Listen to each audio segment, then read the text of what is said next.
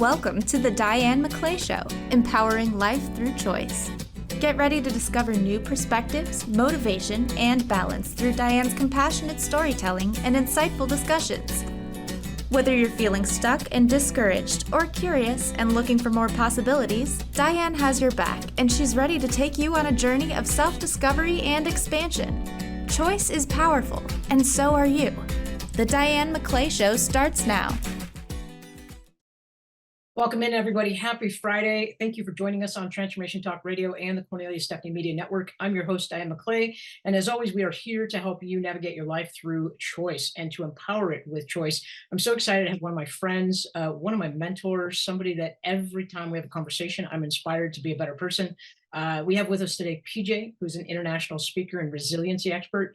He's recognized in 35 countries and is considered one of the most requested, in-demand, inspirational speakers in the world. And I'm telling you now, you've got to get this guy on your stage. Absolutely. I endorse him 100% to lift you up, raise you up, make you laugh, and make you think.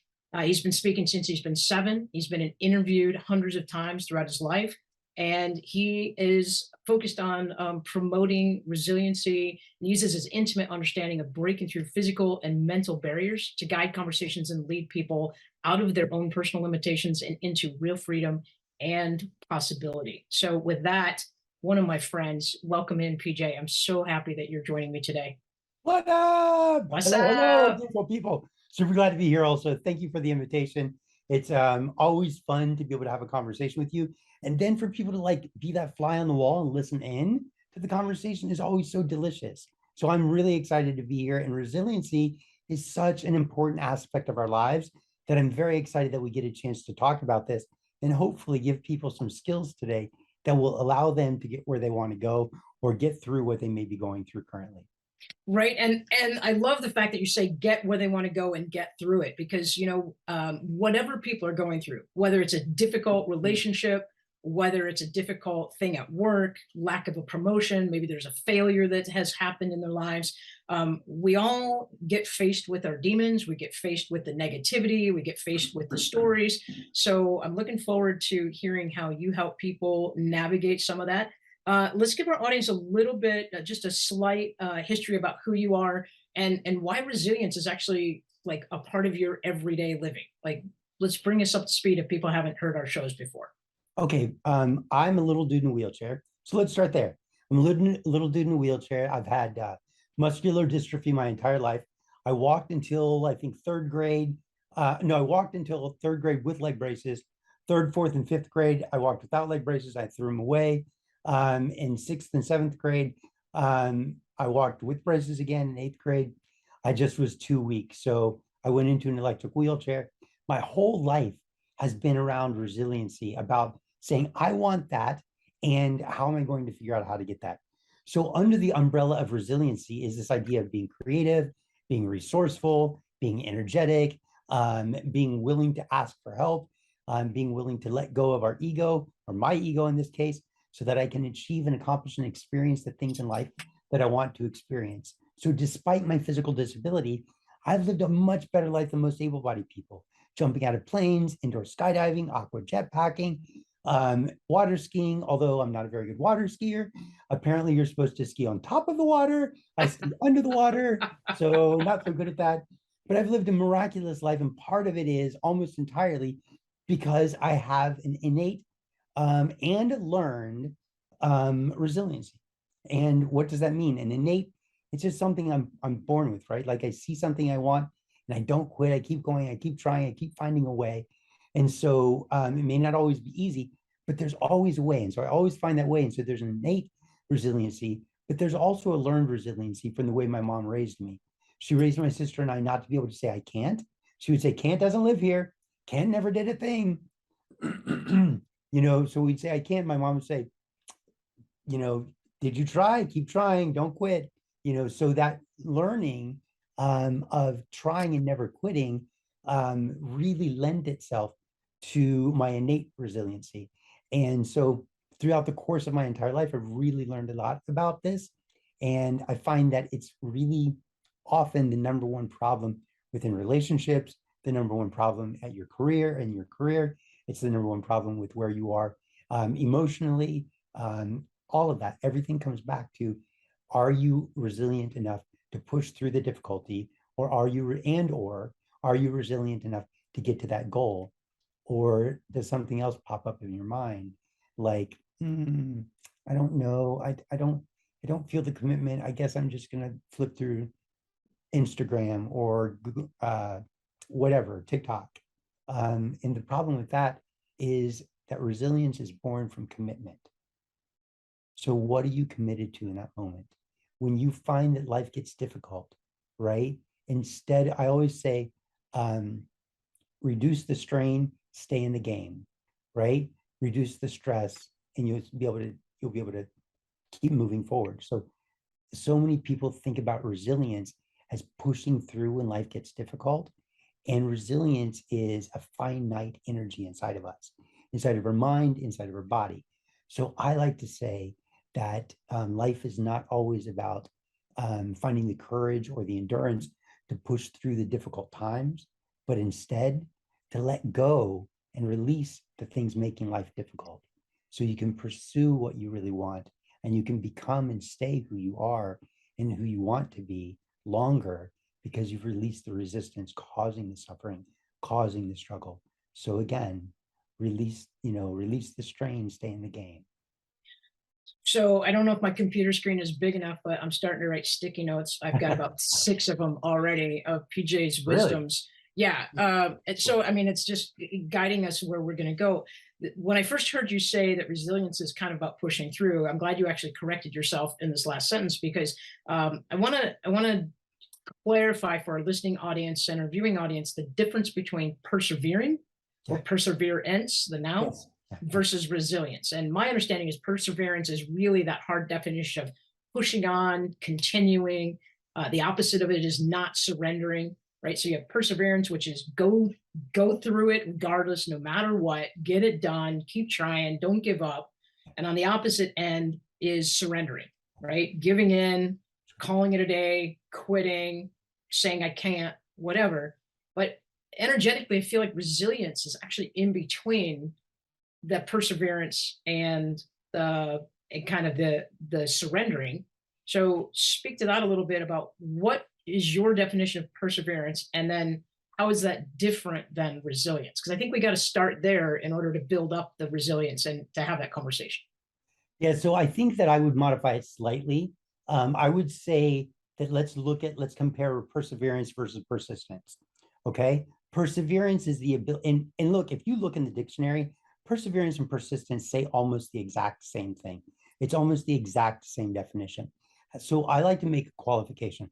Perseverance is I'm persevering, I'm dealing with the suffering, the struggle, the difficulty. I continue to push through, and even though I'm walking through mud up to my waist, I'm just not quitting. I'm just keeping going. I'm persevering through the suffering, right? You can notice that I started to slip into persistence. So let me back up, because I did start to slip into persistence. Perseverance is, even though there's that weight on top of you, even though there's that pressure in front of you, even though there's something trying to hold you back or hold you down, perseverance is not being pulled back, not being pulled down, not being stopped from moving forward, and not being held down even though you feel the weight on you. So I'm persevering from all the resistance. I'm still moving. I'm dealing with it. I'm carrying the weight. I'm dragging whatever it is behind me, whatever's trying to pull me under. I'm lifting it up every time I take a step. This is perseverance, right? Being able to deal with the suffering and the struggle. Persistence is a very close comparison and very close cousin. Persistence is, I see what I want and it's out there, and no matter what's in my way, I'm going after it. I'm still seeing it. I'm keeping my eye on the goal, keeping my eye on the target. This is who I want to be. This is what I want to achieve. This is where I want to go. That's where I'm going. I'm not even looking at the camera right now. I'm looking past the camera into the future, further beyond the camera right now, so that I can see, like, I can feel my body changing, my mind changing. You might even have seen me lean forward a little bit as I did that, like as if I'm seeing what I want and pushing through no matter what it is. The persistence is the ability to push through. Persistence is the ability to push through. Perseverance is the ability to endure, right? And then resilience is a sliding scale. And So resilience is on a sliding scale based on your commitment. What are you committed to in that moment? Because in that moment, if all of a sudden I commit to taking a break or resting or relaxing in that moment, that's where I am. And there's nothing wrong with stopping. I know you have a question real quick. Let me just say this last thing. Um, I filter everything that I do through the concept of, am I being resilient right now? Excuse me. When I do that, I simply ask myself, am I being resilient? This morning, my personal care assistant canceled on me. I didn't find out until the very, very last minute. And so I spent 4 hours, no lie, 4 hours trying to find someone to come and help me go to the bathroom, get dressed, get up in my wheelchair. And so at one point, I was sitting in a weird way and my legs started to hurt. So I leaned back and I asked myself, am I being resilient right now? And I said, no. Then the second question is, but am I taking a break? Am I being safe? Am I taking care of myself? Right? And the answer was yes, because what I was experiencing was causing some distress. So let me take a break from that so that, because resilience is finite, so that I can bolster myself up again. I can change my angle, my position, whatever I need to do so I can lean into it and I can continue forward. So there's nothing wrong with taking a break. But in that moment, my commitment was take a break, give yourself a little bit of relaxation, move forward. The problem comes when distraction occurs and people become committed to the distraction, their resilience level goes immediately down for what they want. uh, man, There's there's a lot to unpack there. I was gonna augment your story or your definition of perseverance and persistence. One of my favorite movies of all time is Rudy.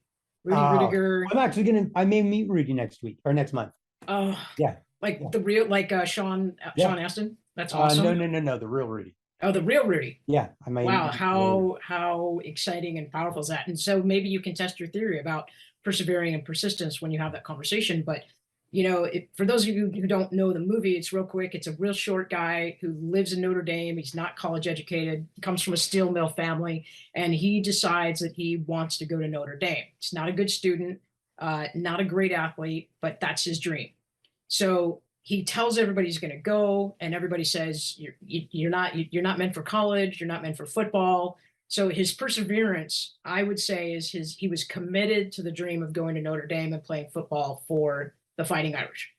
His persistence was when, and jump in if you want, his persistence was when he was actually on the practice squad and he was literally a tackling dummy for all the big guys. He gets hit on the ground. The big guy says, "Stay down. Like, you're going to get yourself hurt." And he pops back up and he's like, "Bring it on." And it gets popped again and he goes down again and he's bleeding and he's got the dirtiest, nastiest jersey on the field. But he was persisting. He kept getting up from literally getting knocked down. And he literally pulled the helmet of one guy towards him and he said, "If I give up, I can't help you prep for whatever team you're playing, right? If I don't do my job, you can't do your job." Yes. And then, the very next scene, he gets plowed again into the dirt. And he kept doing that. And then resilience for Rudy is that not only did he get up every single time, but he went to school, he got his grades, he kept checking the playlist. And I'm not going to give it away because it's a great movie, like you should go back and see it. But I think there's a really, really good parallel for these three different but similar words that often can get confusing in our vernacular. And I, as a side note, I think choosing choices of words, it's over my left shoulder, and if we are deliberate about the words we use and we start having an understanding of their impact and their definition, I think that actually is one tool to start building and practicing resilience. Yeah, absolutely. I would modify it slightly again, because and it doesn't matter. Like as long as you have your own definition and it makes sense in your mind, that's what matters. I would say he was persistent to get on the team and to go to Notre Dame because he saw a goal and he went after it and he said, "That's what I'm going to do." Right. And then when he was getting beat up on the field over and over and over, he was persevering the suffering and the pain. Right. And overall, both of those, he was resilient to get his goal and to continue to move through that. right? So my definition of resilience really is maintaining the energy and focus to, I got to find another word for maintain a second time, to maintain your energy and focus so you can maintain a state of mind and or achieve a particular goal, right? So what I'm talking about here is he demonstrated his resilience every single time he got up, right? And the simple fact that he got into Notre Dame demonstrated his persistence. The fact that he got on the team demonstrated his persistence.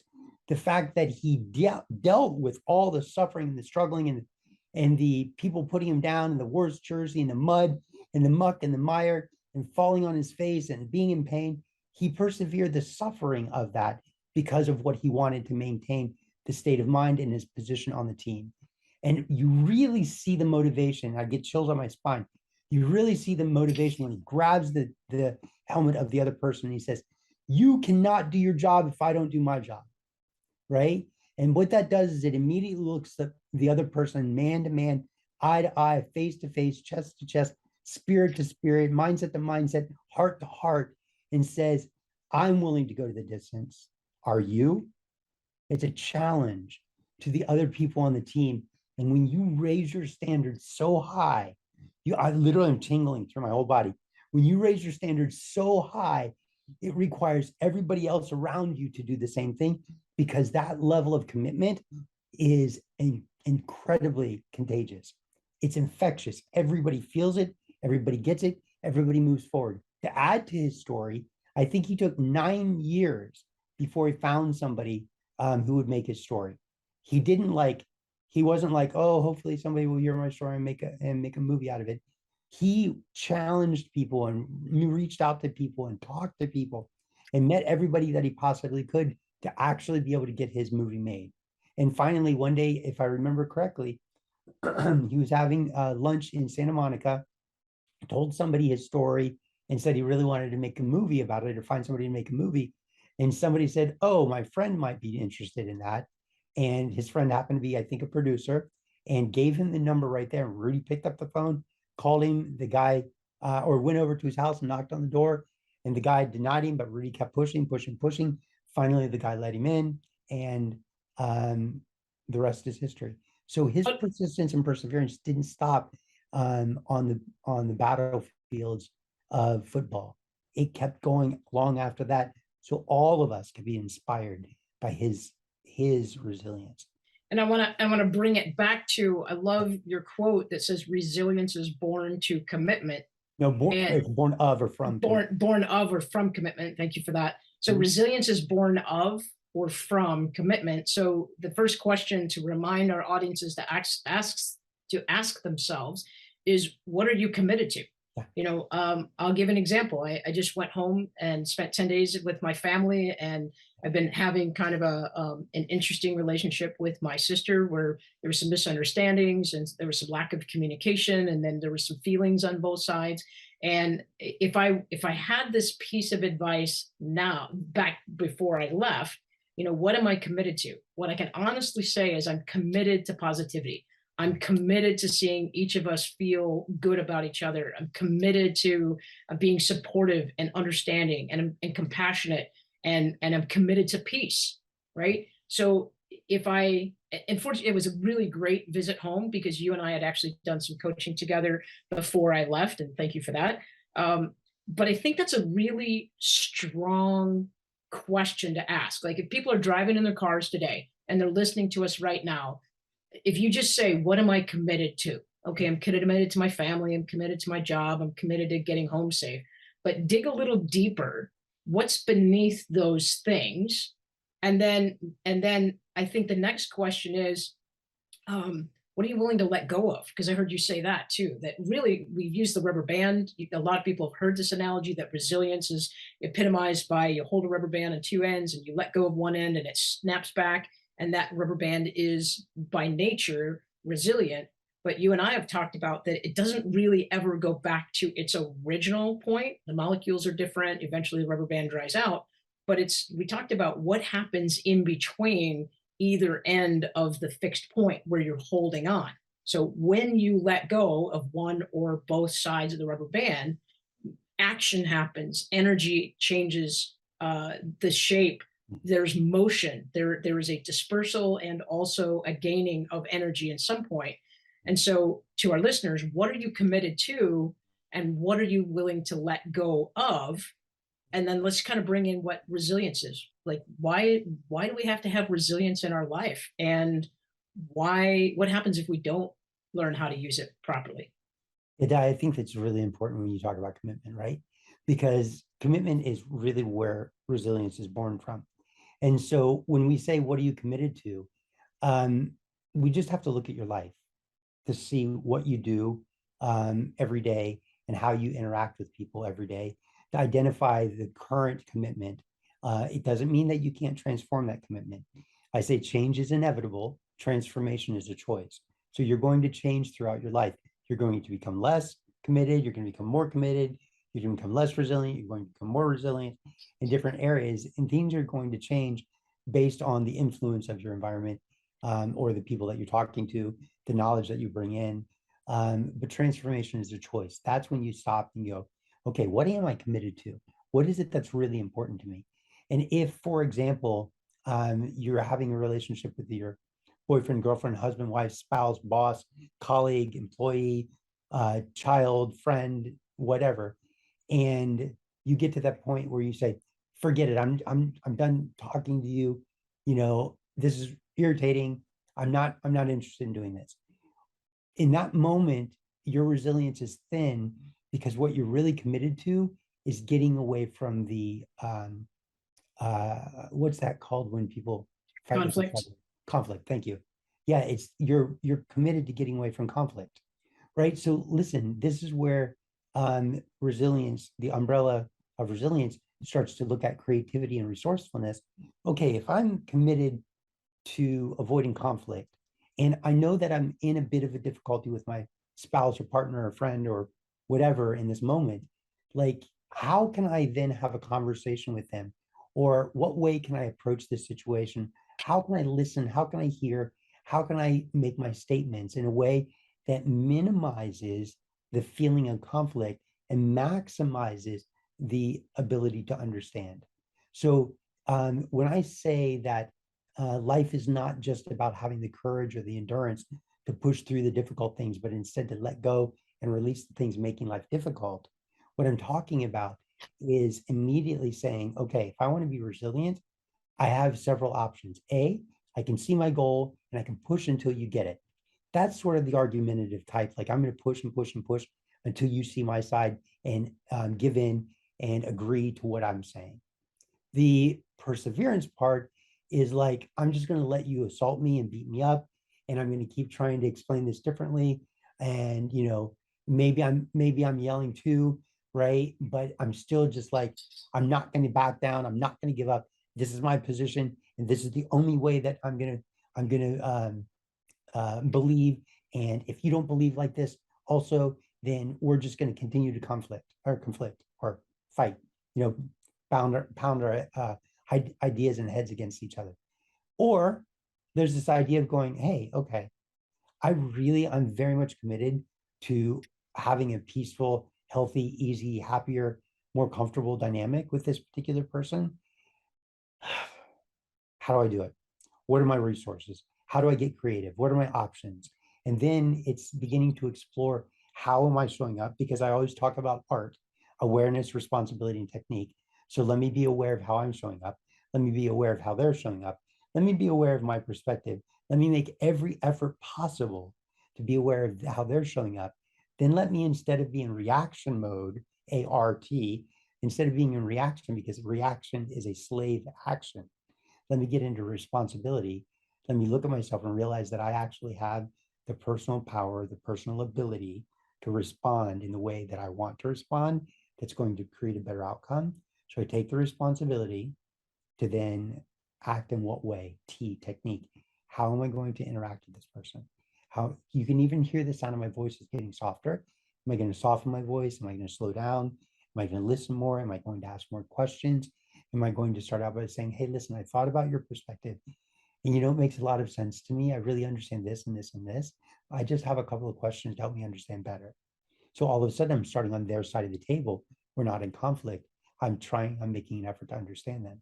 So for me, this whole process is about collaboration, not compromise, collaboration.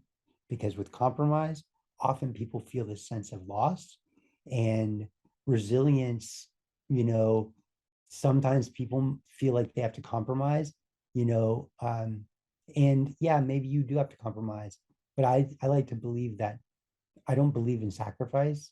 I believe in a willing exchange of something that I might want for something that I want more.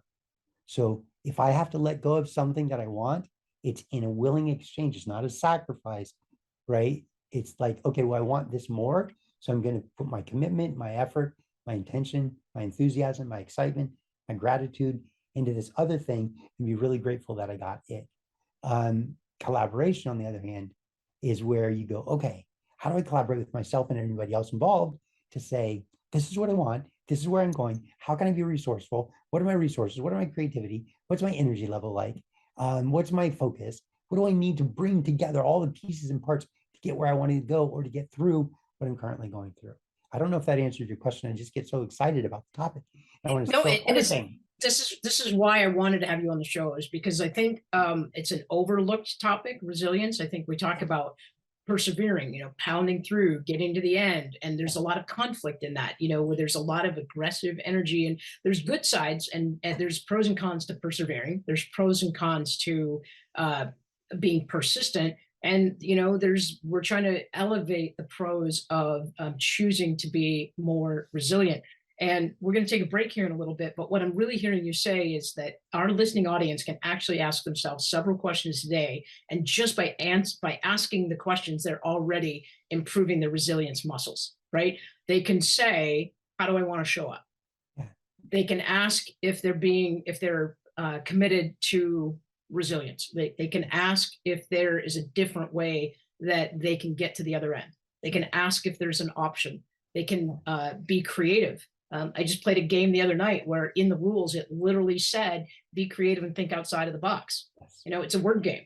Yes. And so, as soon as you're given permission to literally let go of the box, the foundation that we typically live in, it's amazing what the brain can do. And that is a living, breathing example of the brain's ability to be resilient, right? So being able to ask questions, what are my resources, right? The brain is going to come up with an endless supply when you ask, what are my options? What are my resources? And what is possible? At that point, then what are you committed to? Are you committed to arguing or discussing things in the old way? Or are you committed to being willing to try something completely new? I'm going to give you the last word before we go to break, because I know you got something on the tip of your tongue. I just love this. I get excited, right? The funny part is that you're talking about being creative, right? As I continue to, my disability causes me to lose muscle. And so over the course of my lifetime, I've gotten significantly weaker. And at some point I got to the point where I could no longer write with my hands or type with my hands. So I got creative. I got a chopstick. I type with a chopstick. I push buttons with a chopstick. I reach things with a chopstick. I move things around with a chopstick, right? It's my extension. I got creative. I got resilient. And part of that resilience is resourcefulness and creativity. Why? Because I still have a goal. I still have a mission. I still have an intention. I still have a commitment. And because of that, I had to find a way. Why? Because the commitment defines the amount of resilience that will be released in your system and consequently in the way you interact with people and your life. All right. Finding a way. It's a great place to take a break. We're with PJ of pjswisdom.com. I'm your host, Diane McClay. Finding a way to be more resilient. We'll be back in a minute.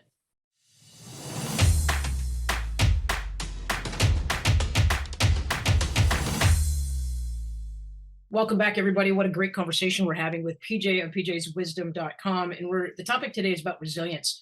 And we were just before break talking about, we were really excited about how resilience actually elevates us as human beings. It elevates our energy. It gives us tools to navigate difficult things in our lives, whether it's a conversation or a physical disability, grief, loss, failure, that kind of thing. And so we were talking and getting really excited about being committed and being creative and being resourceful in order to get where we want to go. So PJ, just pick it up a little bit. I mean, why is this so ridiculously exciting to you? And Why does this light you up so much, and why does the world need it? Listen, it lights me up because I love life. And if you really want to enjoy your life, it's going to require a certain amount of resilience. You're going to have to be persistent enough to keep moving forward towards something that you really want, despite the adversity, despite the resistance, despite the difficulty. And there are going to be times when you really want something, and for whatever reason, you feel overwhelmed, you feel like there's this resistance pushing against you, something holding you down, holding you back, right? Squeezing you in, boxing you in. And you were talking about that in terms of being boxed in. So you might feel that sensation where you're just like, oh, I feel boxed in. I don't feel like I have options. I don't feel like I have choices. So this is the perseverance part of resilience, right? How long can you persevere before you actually quit? How long can you persevere before you give up? And when you quit and you give up, all that is your commitment just changed from I want that, right, to that seems impossible to get. So I guess I'm just going to settle for this. There's nothing wrong with changing your focus. There's nothing wrong with saying, you know what, I'm not really interested in that anymore, or the effort that I'm having to put in to get what I want is not producing what I want. So I can either change my goal and my intention, or B, I can say, how do I get creative? How do I get resourceful? How do I find a new way of doing the things that I want to do? So, for example, let me give you a quick story. As I was getting weaker this last time, not in 2019 when I lost like 85% of my strength virtually overnight, but as I was getting weaker, in fact, let me tell you an overnight story. I used to have the ability with my arms to lift my arms as high as my shoulders, slightly higher than my shoulders. And I used to have the musculature in my forearms and in my hands to hold a bar of soap, like a big Dove bar of soap in each hand, right? So I could hold a bar of soap, lift up my arm, wash underneath my arm with one hand the bar of soap to my other hand, lift my arm, and then wash under my armpit. And then one morning I woke up and that was all gone. Literally overnight, I lost the use of my shoulders and I lost the use of my hands. Tuesday I could do it. Wednesday I couldn't do it. When I woke up and I was like, why don't my arms work? Why can't I get my arms to move? Why can't I like help myself sit up as well? And so all of a sudden I realized, holy crap, overnight I lost my shoulders and I lost my hands.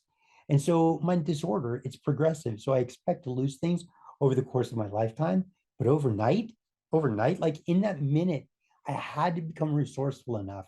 I had to be creative enough. I had to persevere, or persist and persevere. I had to persevere through the loss, but I had to persist towards what I needed to do because I had to go to the bathroom. I still had to get in and out of the shower. I still had to get dressed. I still had to go to work. I had to figure out what my life was going to look like in that moment. That takes resilience. I could have just dropped down and started to cry and given up. And I did cry over the next 3 months because I thought, oh my gosh, this is it. Like I was in my mid 30s and I thought, this is it. I'm going to die. Everything is over. And it was sad because I wasn't ready to go. But I persisted through that. I persevered, more specifically, I persevered through it. And as I was persevering through it, I started to realize, oh, well, this is just my new normal. So then I picked up a goal and said, well, if this is my new normal, that's where I'm going to head. And so that's when I picked up a new goal and I persisted out of it. So I persevered through most of it. And then when I realized I was going to make it, I started to persist. Some people persist, they see the goal, it's the spearhead, so they push through, right? And I think of the persistence as a spear tip, and I think of perseverance as the shaft of the spear, right? Just dealing with the process of moving through something. And so why do I tell you this? Because it's relevant in the sense that when you are experiencing difficulty, when you are experiencing struggle, when you are experiencing a sense of loss, where is your focus? Is it on the loss? Because if it's on the loss, that's your commitment, that's your focus, that's the energy, that's the intention, and your level of resilience will be way down. But if you're like, this sucks and I hate it, it's not where I want to be, I have to get through this, I have to figure out a way. Like when I would get stuck in the bathtub as I was getting weaker, I would get stuck in the bathtub to try to get out because I can't stand. I would sit on the bottom of the shower and I would shower sitting down. And then when it was time to get out, I would turn off the shower, but the water would still be running out of the faucet. And put my left hand on the side of the tub, my right hand on the side of the tub. So I'm now sitting sideways in the bathtub. And just like a little kid goes up and down steps where they sort of push down with their arms and lift their butt up, or push down with their arms and lower their butt down, that's the way I would get in and out of the shower. So as I got weaker, I would try to get out and my butt would hit the side of the tub and I'd fall. And I'd try and get out and my butt would hit the side of the tub and I'd fall over and over and over, to the point that sometimes I would fall and I would shift and rotate and I would fall face down in the water that was still coming out of the faucet. Not from the shower head, but from the tub faucet, because I had to get up on the side of the tub because I couldn't lift my arms high enough to turn off the water. So I had to get up on the side of the tub to scoot over to turn off the water. And so I would stop and say, okay, this is the resilience piece. Sometimes I'd get pissed and I'd be like, okay, God, I get it. You want me to focus. Okay, fine. Right. So I would get to that point where I would just have to let go of all of the weakness, all of the fear, all of the worry, because that was keeping me from being resilient. That was causing me to be afraid to actually commit to swing my buns up onto the side of the tub. Because if I couldn't be completely committed, then I couldn't actually accomplish it.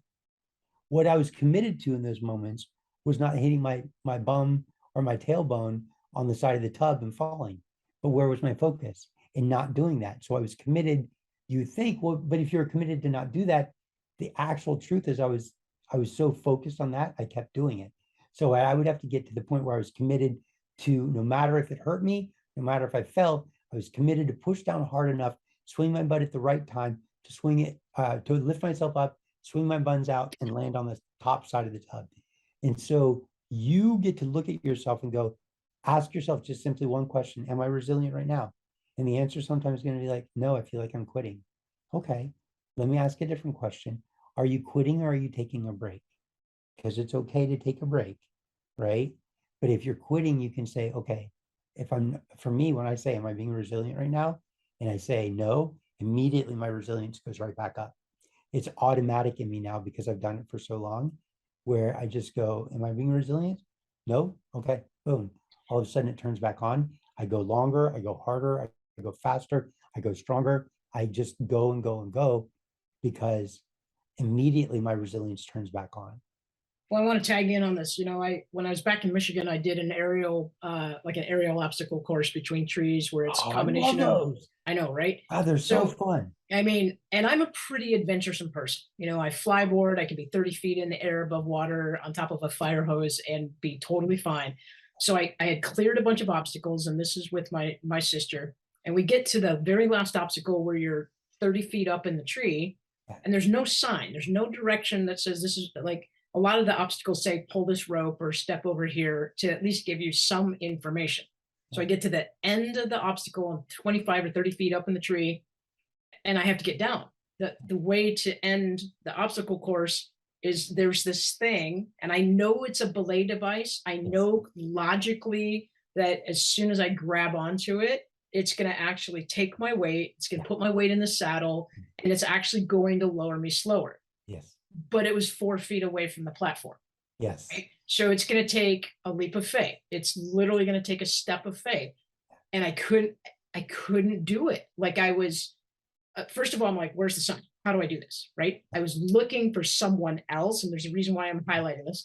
I was looking for someone else to tell me how to get off of the obstacle. Yeah. I had no information.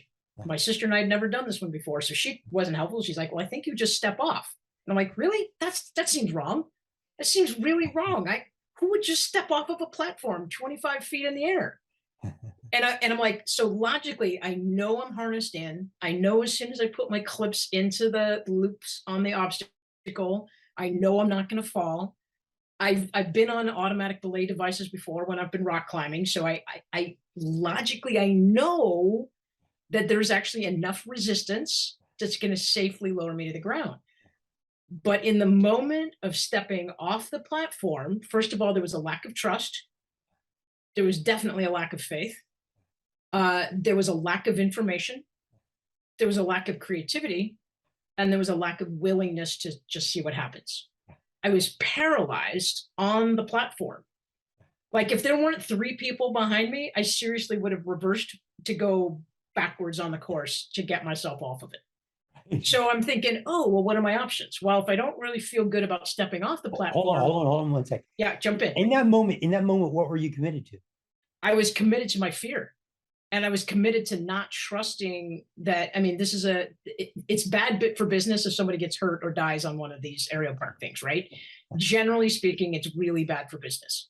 So I was not committed to the logic, and I was committed to something that I didn't know how to control. You're committed to your own safety. Yeah. That's it. It's very simple. There was a primal survival thing kicking in my brain, but in hindsight, I was committed to the fear. I wasn't committed to trust or belief or creativity. So let me bring this to a close. I thought, well, it'll be better if I sit on the edge of the platform and scooch my butt off and then let the thing catch me. Sure. No, because then what happened is, as soon as I went off the platform, like my arms went back, I was off balance, right? So as I'm starting to go down, my arms go back and both my arms kind of hit the platform, like scraped up my arm, torqued my shoulder a little bit. And but as soon as literally I'm in the sit position, it's like, like, it's like, duh, it was safe. Yeah. And as soon as I got to the ground, I told my sister, I'm like, don't try sitting. That didn't work so well. Right. But in the hindsight, I was committed to someone needed to tell me how to do it, which I think is a really good parallel, that we rely on other people giving us input on what they think is best for us. Yeah. And the reality is if I was committed to trusting myself, if I was committed to believing in my ability, to believing that my safety wouldn't be compromised, if I was committed to just trying, if I was committed to just stepping off and taking that literally step of faith, everything would have worked out just fine. Now, where does the resilience piece come in that? What I know now is, I thought you were asking. Well, I am asking. So from your perspective, you're the resiliency expert. Where is the resiliency? Where is it, or where is it not in that situation for me? So were you actually done? Because I jumped in, I got excited. No, jumping. I love when you get excited. Okay. Forgive me. So first of all, it's really important for us to recognize that there are really basically 2 parts to our brain: our conscious mind and our unconscious mind. And a section of our unconscious mind is dedicated to your safety. Far and away and above virtually everything else, your instincts are going to make every effort to keep you safe, right? So it doesn't need to exhaust the energy that it takes to be resilient. In many cases, it utilizes the resilience for keeping you alive during difficult situations. So if your brain can keep you from doing dangerous things, it will, then it doesn't have to use that additional energy to keep you resilient. So you are dedicated to your safety, and so many people are dedicated to their safety that it looks like when you slip, whether you're slipping in the tub, you're slipping on ice, or you step on strangely in the kitchen and your socks, right? The moment you start to go down, arms go out everywhere, legs everywhere, trying to grab a hold of anything or anybody that you possibly can. A friend of mine was sitting on the bed with her boyfriend at the time, and she went to lean back on the bed and realized she was at the edge of the bed. And when she leaned back, she realized there was no bed there. And as she started to fall off, her instinct was to reach out and grab anything she could. It just so happened that she latched onto my friend Lance's eye socket with her nail, right? Okay. Right in that. No more detail on that. Right below the eye. No detail. No detail. Stop there. Fold herself back up with his eyeball, with his eye socket. Okay. All right. So that's the whole thing. Yeah. That's the whole thing, is that in relationships of any kind, and you had a relationship with the equipment, you had a relationship with the owners, you had a relationship with your fear in that moment, in that moment, we reach out and grab anything that we possibly can on our way down, right? So that's why in bad relationships, all of a sudden, all this kind of crap starts to come up. 13 years ago, I'm saying stuff that I thought we'd resolved, or you thought we'd resolved, and now I'm bringing it up again. Why? Because in these moments, we're not experiencing resilience. We're committed to our fear, we're committed to our safety, right? And we're committed to whatever it takes to make sure that we are okay. But resilience is an evolution. So it's the next level of saying, hold on, I'm becoming evolved.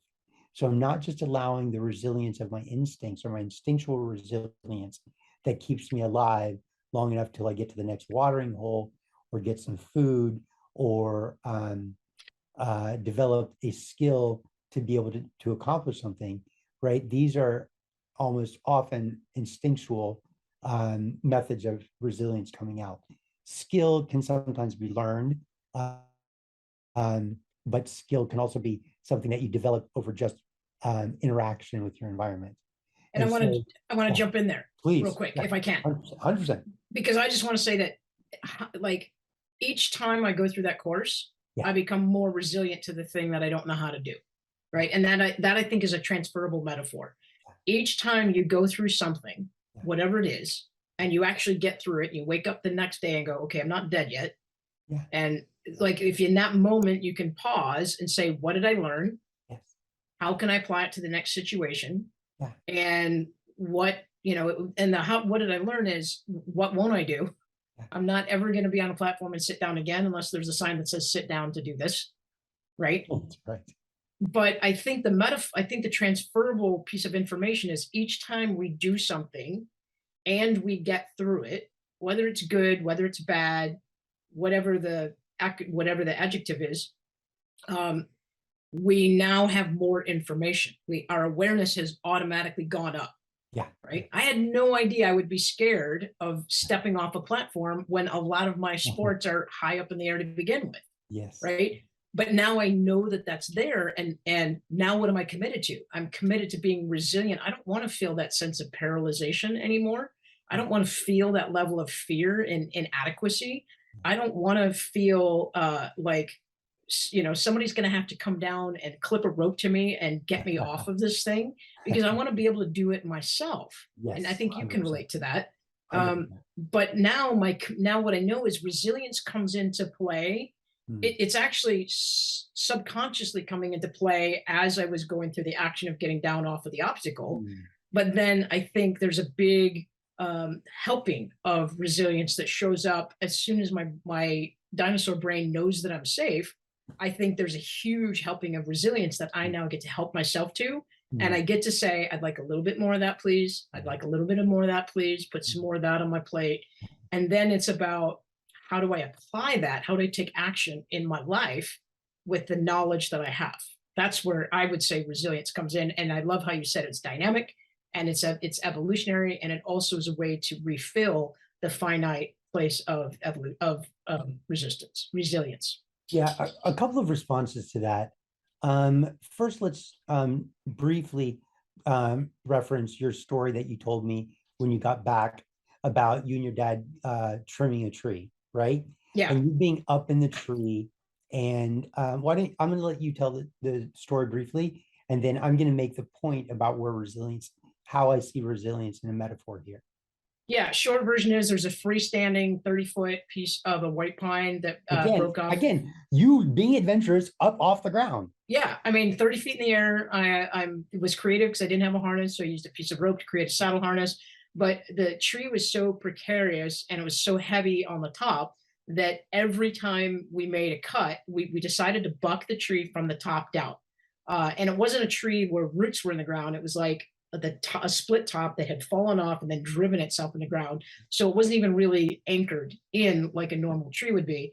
But extension ladder, climbed up even higher, making cuts. And it took us 4 hours. But in hindsight, every time I made a cut with a chainsaw, the pieces fell where I wanted them to fall and exactly how I wanted them to fall, with the exception one little 3-inch stub that we had roped off And when I cut it, it swung on the rope and pivoted and kind of tagged me in the chest a little bit. But the short story is that, in 4 hours, we bucked a tree that seemed impossible to buck. And it was filled with challenges and complications, but communication and proper planning allowed me to do it. And the resilience you hit on it in twofold. Um, the communication that you had, you and your dad had the same idea, right? You wanted to bring the tree down top to bottom. And in the process, you talked about all the steps and the ways you were going to do it, collaborated. You had the same goal in mind, right? So you collaborated in the effort, and you were persistent all the way through, right? And maybe there wasn't much perseverance other than maybe the holding up the chainsaw and the musculature that took, and and making sure that the rope ladder was, or the rope saddle was holding you in the right way. So the resilience came in a couple of different ways. One, you had a targeted goal and you persisted through it together through collaboration and conversation that saw each other as equal, with equal ideas, because you both wanted to bring the tree down as simply and quickly and easily as possible. And you did that with one minor mistake where a 3-inch, piece swung a little further than both of you thought and bumped you in the chest. The other piece of resilience is the fact that you utilized a rope as a saddle, a climbing saddle for you to go up. And just the simple fact that it held you in place was acting as a resilient tool for you, or a tool of resilience, because it held you in place. And that means that in that moment, you're resilient because you're able to hold to a particular state. I often say state of mind, but you're able to hold in a physical state that you want it to be in. So remember, the second piece is going back to my definition, which is maintaining the energy and focus to maintain the state of mind, or the physical state in this case, and or achieve the targeted goal.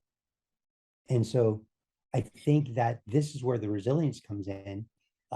It's when you focus on what it is that you want, and what you want might be that goal out there, or what you want might be, in this moment, I just don't want to quit. I want to keep moving forward.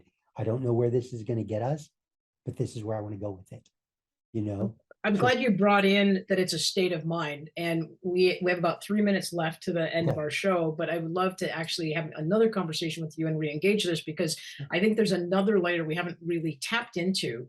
So really briefly, just tag it, is about how resilience is it's the emotional and mental piece more than the physical piece. Speak to that real quick. Yeah, your physical body. My little tiny 4 foot tall in my wheelchair, 5'1" if I'm lucky, if I could stand up, 85, 90-pound body is going to do what my brain tells it to do, as long as there's musculature there. Even if the muscles are tired, it's going to do what I tell it to do, as long as I've got some muscle. If not, I'm going to be resourceful and creative to find a way.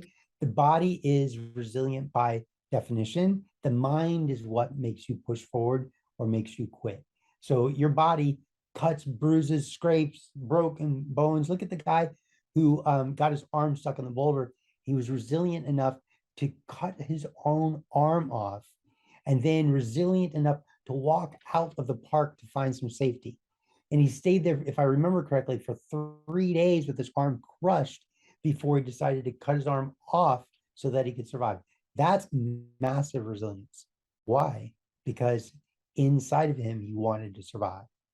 And so his goal was survival, and that required perseverance and persistence. Absolutely. And, I think that I would love to have you come back. And I would love to dig more into because the mind is the hardest thing, right? You can't just go, oh, let go of it and everything's easy. So I would love to have you come back and dig into the conversation of developing and enhancing and strategically teaching the mind how to be more resilient, so that we're emotionally resilient. In the meantime, I know that you're starting to do speaking gigs. I know you're getting on stages. I know you're working with different corporations. So how can people find you, and how can they book you if they want? Great. Well, thank you for asking. Just go to pjswisdom.com. start there. It's easiest just to go there, pjswisdom.com. And, you're right. I have been a speaker since I was 7 years old. I do corporate training around resilience. I'm an executive coach. I also do consulting for companies.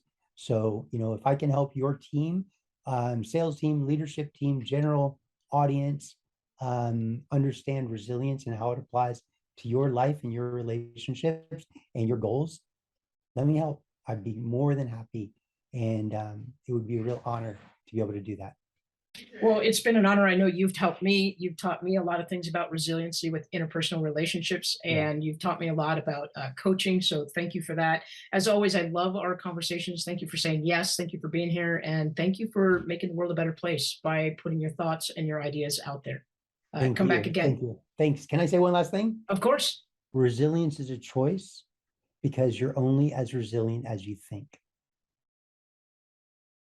Nice. And with that, we're going to close. Thanks, everybody, for tuning in to another show of the Diane McClay Show on Friday on Transformation Talk Radio.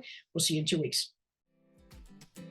Thank you for listening to the Diane McClay Show, where you are empowered to enact change in your life through choice. You know that little voice in your head that's been telling you to pursue that passion project? Or maybe it's been screaming for you to go outside and explore the great outdoors. That voice is you, and you deserve to be heard. Listen, make a choice, make a change, and watch yourself grow. For more information about Diane or to work with her personally, visit dianemcclay.com.